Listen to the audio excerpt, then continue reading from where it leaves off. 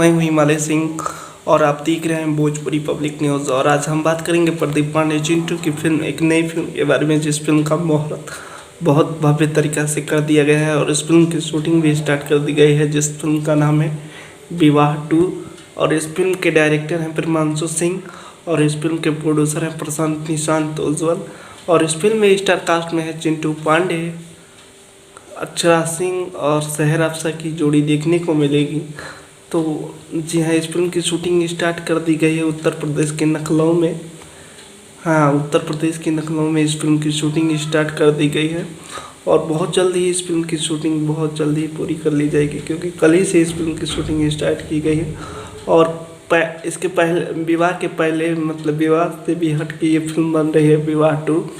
और एक बार फिर अक्षरा सिंह और प्रदीप पांडे चिंटू की जोड़ी देखने को मिलेगी और पहली बार सहर अफसा और प्रदीप पांडे चिंटू बड़े पर्दे पर नजर आएंगे। तो आप लोगों को ये न्यूज़ कैसा लगा कमेंट करके बताइए।